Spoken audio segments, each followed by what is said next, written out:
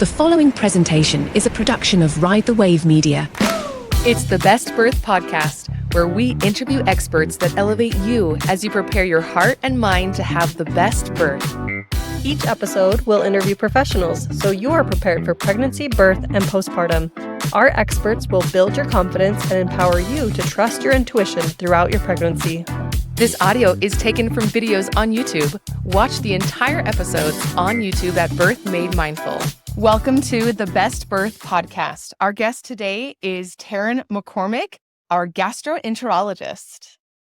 Taren has been a GI physician's assistant for nearly 7 years. She is passionate about helping patients make informed decisions regarding their medical care, often providing resources to promote their well-being. You can find Taren outside at the park or splash pad with her kids, hiking, or biking with her girlfriends. Welcome, Taren. We're so excited to have you. Thank you. I'm happy to be here. Well, we are anticipatory of a great conversation, how gastroenterology applies to pregnancy and birth. When I was trying to put together all of our experts, I thought, we better touch on one of the topics that is just not talked a lot about in birth, in pregnancy, and maybe like some of the ways that we can help manage our GI and the needs that we have.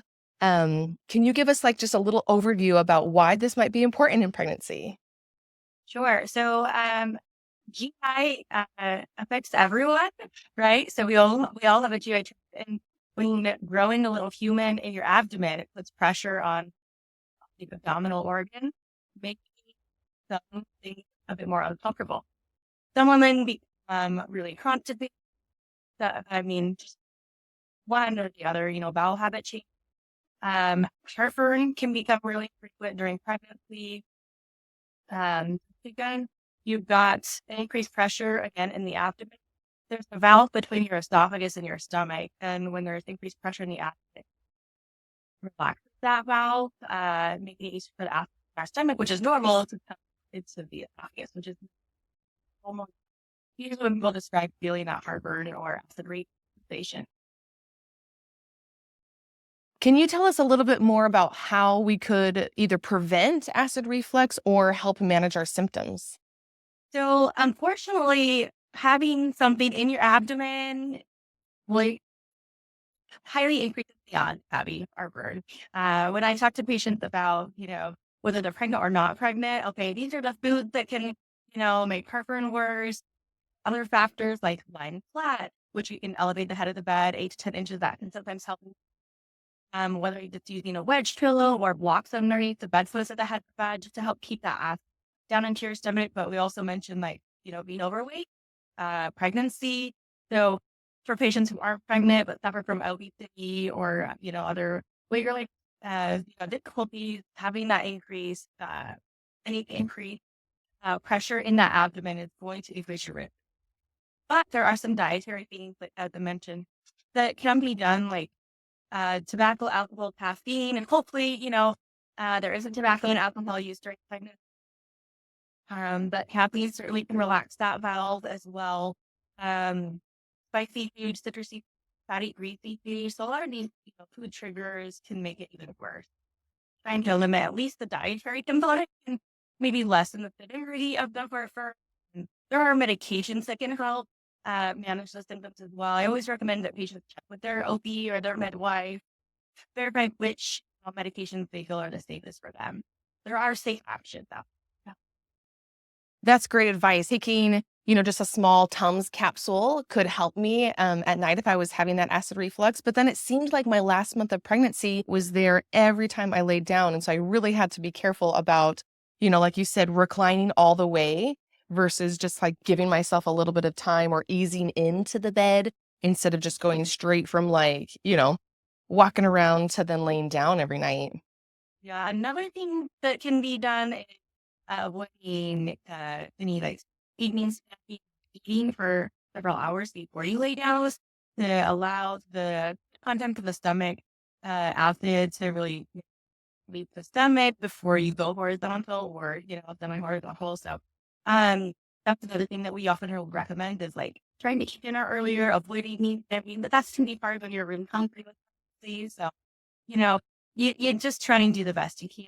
As far as Tums go, they are, generally okay to use. You just want to be cautious of how many you take a day, and if you're needing more than like 2,000 milligrams or so, um, you want to move to probably another option that helps prevent heartburn. It's just like omeprazole, Prilosec, CPI. There are some of those that can be really helpful in heartburn, but again, I always check with your OB and see like if they rather you on that or something that's a little different, like heartburn medication called an H2 blocker, uh, is or Famotidine. I think it's so great to just talk about our options and knowing that if something over the counter isn't quite doing the job, that kind of moving to that next level of maybe getting a prescription and talking with your physician to see what the next options are is so great. You spoke a little bit about constipation, and I think this is really important to address because there are natural ways that you can help to combat this during pregnancy. What are some of your best advices? So for patients wanting more natural options, I recommend fiber. And fiber can be very helpful in both managing diarrhea and constipation, just kind of like regulating your stool. Um, so some patients do really well with like say fruit juice. If you don't like fruit juice, you can always try mixing with apple juice or grape juice to kind of lessen that strong flavor. Um, Metamucil is another really good fiber option. It comes in a powder form. There are gummies available, though I have heard that the gummies maybe can cause more gas and things like that. You have to really be careful. There's a balance between like getting too much fiber and then you have bloating and a lot of passing gas, and that's not anyone's favorite thing either. So just finding that balance can be a little bit tricky, but it's doable. So dietary options are by far a good option are preferred, but there are medications again. Like getting the relief you want with just adding fiber. Another thing to keep in mind is that fiber without enough water isn't going to do a good job. So both fiber and Miralax, which is not a fiber supplement, is a stool softener powder, not a laxative, just a softener.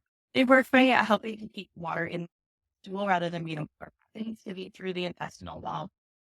And if you don't have enough water to work with, like patients like this, we've been dehydrated. If you're having little hard pellets that are like your poop, like you're not getting enough hydration or you're not having enough fiber or softener to keep the water in your poop. So it's a combination offered between fiber or softeners, or sometimes both of those with. You spoke about diarrhea also being affected by our fiber intake. So can that actually regulate? Yeah, so it's kind of a phenomenon to me, but I know that we have used fiber for people who suffer from kidneys or mushy stool, help bulk that. And again, it's kind of like, how does that work? I don't know exactly how to explain it best, but we, based on experience, have seen that it can help soften stool, as mentioned, and also help bulk things. So people who may suffer from some fecal leakage, we usually recommend trying fiber to help bulk things up first to see if that helps reduce that. Let's talk about that first poop after delivery. Why is everything so messed up or, inhibited? So if you think about the process of childbirth, right, especially if it's a vaginal delivery, there's been a lot going on down there, a lot of pushing, a lot of pressure. So a lot of, I think I was in the same boat when I had my first mania. Okay, I just really want to make sure I don't have a hard poop. Like that just sounds so awful. And when there's so much tenderness down in the pelvic, area. And so, I had a fellow PA who told me, make sure you tell your medical team that you want to be on stool softeners, like in the hospital. So, I was like, please make sure this is scheduled, twice a day. Like, I don't want to get constipated or other things be on the mushier, really tough side. So that's how I went about it, was just making sure I, was taking a DocuState, which is a stool softener, a couple of times a day. Another thing that can help is proper positioning. So I actually, with my first child, I asked the nurses for a stepping stool, similar to like the squatty potty, so that it can help, with the proper anatomic, position for defecation, even without pregnancy and without having that fear of having a hard poop, like people who struggle with constipation in general. These can just be better when we open up the open things up early. So having your knees up a little bit higher. I'm not happy to have them totally squatting like you're on the ground squatting, but having your knees up high enough that it allows a better pupil repellent, just relaxation. So I actually asked the nurse to find a stool, and it took them, a few hours to find, something in a usually thought they think. But my second birthday, I actually brought a little toddler, like collapsible stepping stool from home. So I didn't have to bother the nurses, and I could, utilize that assistance with having a bowel movement. And I think the combination of stool softeners, proper positioning, that can be less comfortable, and things can go smoothly. Having those tools as well, I think, can help your body to relax. For me, I think it was more of like a mental game. Like I had prepped myself that it would be so difficult. And so then it was like a self-fulfilling prophecy that came to pass. So my first baby was a C-section. And I remember also struggling in the after delivery stool. And that was a real big surprise for me. And so I think that to bring that to awareness, that even if you have a C-section, but like Taren said, just utilizing that stool, making sure you're on stool softeners, maybe even adding the Metamucil or the fiber to your diet so that you're prepared for whatever might happen. One other thing that probably varies depending on the type of delivery is if you're having a medicated birth or an unmedicated birth. As far as safe control, because we do know that pain medications slow the GI tract down and increase the risk for constipation. So, if you're not having a medicated birth, you may not need as much of the steam softener, preventative approach, but I would definitely recommend if you're planning, for those that plan to have medication during labor and childbirth, that they talk to their medical team about the constipation. Yeah. Such a great point. Let's talk about another reason GI physicians could be beneficial during pregnancy. Hemorrhoids. Can you tell us about hemorrhoids and what they are? Sure. Hemorrhoids. And I wanted to add one other thing. Fissures. I feel like they are under-recognized and very, very common. So hemorrhoids are blood vessels. I don't know if you can see very well. I have a figure pamphlet, not the hemorrhoid. But we will talk about hemorrhoid first. So they're normal vascular structures or blood vessels inside the rectum.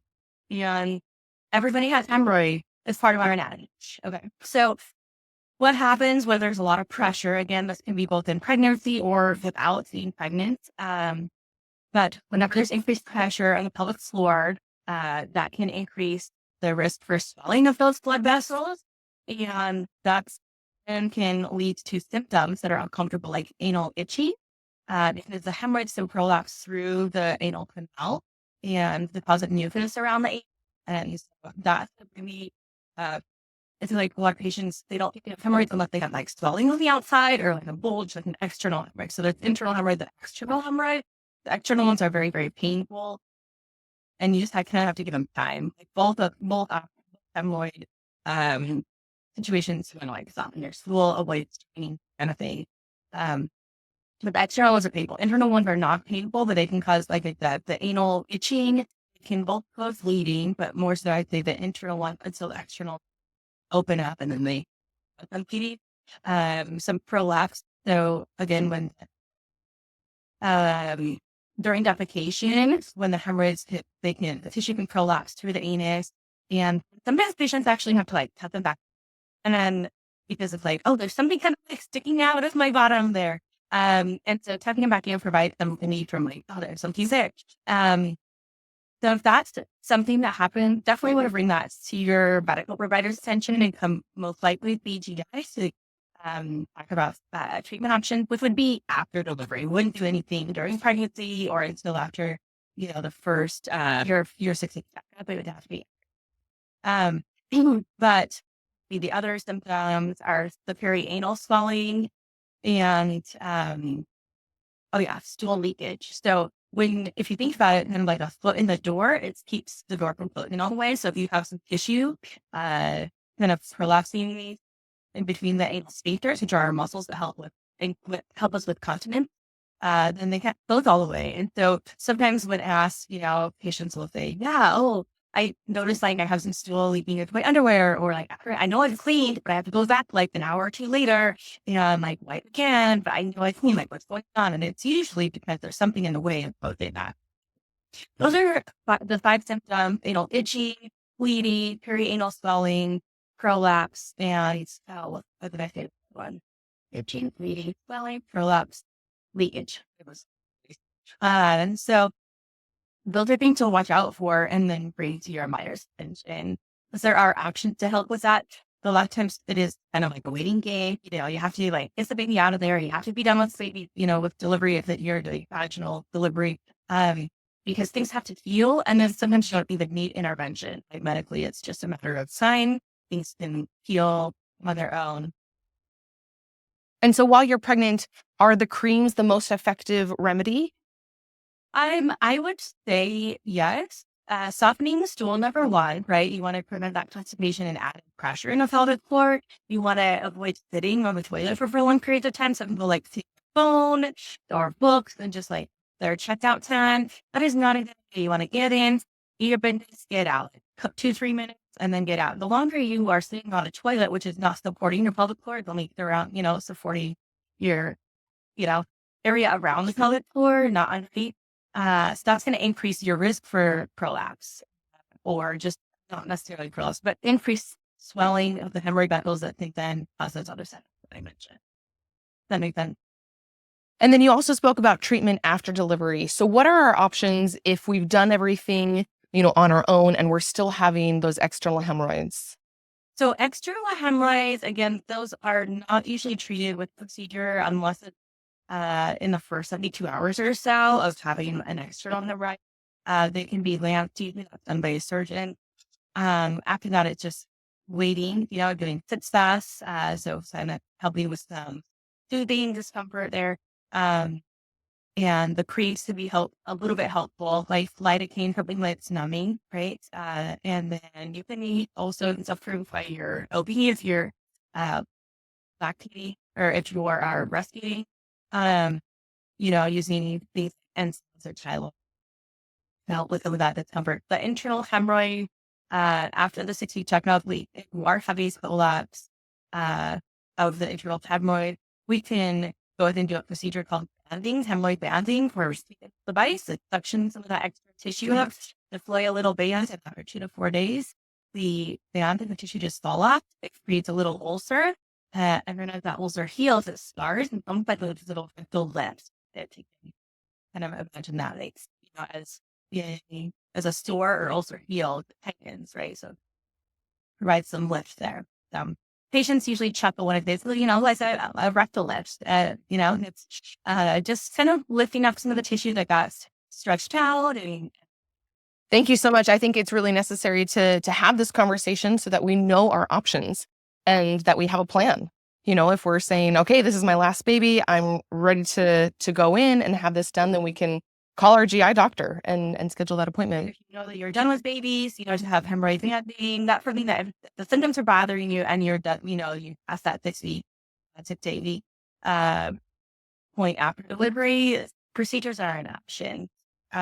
In fact, it's helpful to take care of hemorrhoids if they're still problematic at that point, that you're on the right, because less untreated or just using creams and things like that, sometimes then they can progress from what we call a grade 2 or grade 3 hemorrhoid, which prolapses and goes in by itself, or grade 3 is prolapses and then has it back. Grade 4 is they prolapse and there is no movement. It's just those significant that they can't be tucked back in, and that then becomes a surgical issue, which is not fun. Like nobody wants to have surgery around the bottom. And so it's really needed. And in which case, you do what you got to do. But I would just counsel, all women, if you're having any anal rectal symptoms, make sure you don't dismiss them as embarrassing. That's really very common. And there are things that we can do about it. Anal fissures, if you guys don't mind, I want to talk to you a little bit about anal fissures. So anal fissures, again, can be a complication from constipation, which is very common, as we discussed. So a fissure, it's kind of like a crack. If you're really dry around your lips and you've had those cracks, you kind of know that's a type of fissure. So when you are having too part of the bowel movement in the sphincter, the muscle stretches open too large, it can cause a crack. Usually it's in the back side of the anus. sometimes right along the front towards the vagina. So what we call the anterior midline can happen, but posterior is most common. Just less vascular supply there. It's like slower to feel. And so those are things to watch out for. If you're having anal pain, that is a telltale sign of an anal fissure. So if you don't have a bulge on the outside, you're like, oh, I don't think I have an external hemorrhoid, but I'm having like terrible pain when I poop. And it just feels like sometimes patients will say like, oh, I feel like I'm pooping a porcupine or like flash shards. And it's just, you don't want to poop because it's so painful. That can be treated. I mean, there's actually a special, not over the counter, it's a compounded ointment, so a prescription cream that can help that area heal. So that is something I see so often. And I've had some sweet women come in, like, 8 months, a year after pregnancy too. And I'm like, you've been dealing with this pain for how long? Like, oh, let's see, like, I wish you would have come in sooner. We could have, easily gotten this treated so much sooner for 5 weeks. So I feel like that is the one very under diagnosed and undertreated because of, feeling embarrassed about it or just feeling, oh, it's going to get better. I just need to give it time. And then like before they know it, After we have wrapped up our maternal care at that 6-week appointment, is that when you also recommend calling your GI doctor, or would you say there's a couple of more weeks to potentially heal? I think that by the 6-week mark, you should be okay to come in for any anal rectal, treatment. Are there times that these anal fissures do go away on their own? Yes, they can. So if it's not as chronic, it just happened during birth, from pushing really hard. It's very common for women to push hard enough, to get a baby out that they're also pooping, right? And so sometimes if their poop is harder, during that time or after delivery, just really you can get a fissure whenever. One of those things, but with these you could do that, or if they can go away naturally. If you soften your stool, yes, they can go away, and heal on their own. Sitz baths, again, are encouraged. Using just like warm, not hot water. You don't need to use like salt, Epsom salts, but you can. It doesn't harm anything.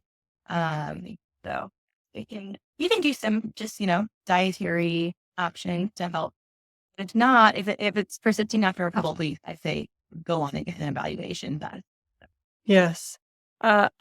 Just 2 quick experiences. I've had 2 anal fissures, and the first one was when I found out I was pregnant with my first. I had written off pregnancy because we had tried for about a year, and I had just started the school year, so I was going to focus on that. And I had this pain every time I was pooping, and there was blood. And so I went to the doctor, and they took a pregnancy test in the doctor's office, and that's how I found out I was pregnant. So very interesting way to find out you're pregnant. I remember that experience, and the doctor just said, yeah, if it keeps going, come back in. But if not, see if it goes away on its own. And it did go away on its own. And then later I had one after birth and pregnancy, and that one went away on its own too. So it probably wasn't as severe. If the constipation's been more of a chronic issue, I would say the likelihood of needing treatment is higher, right?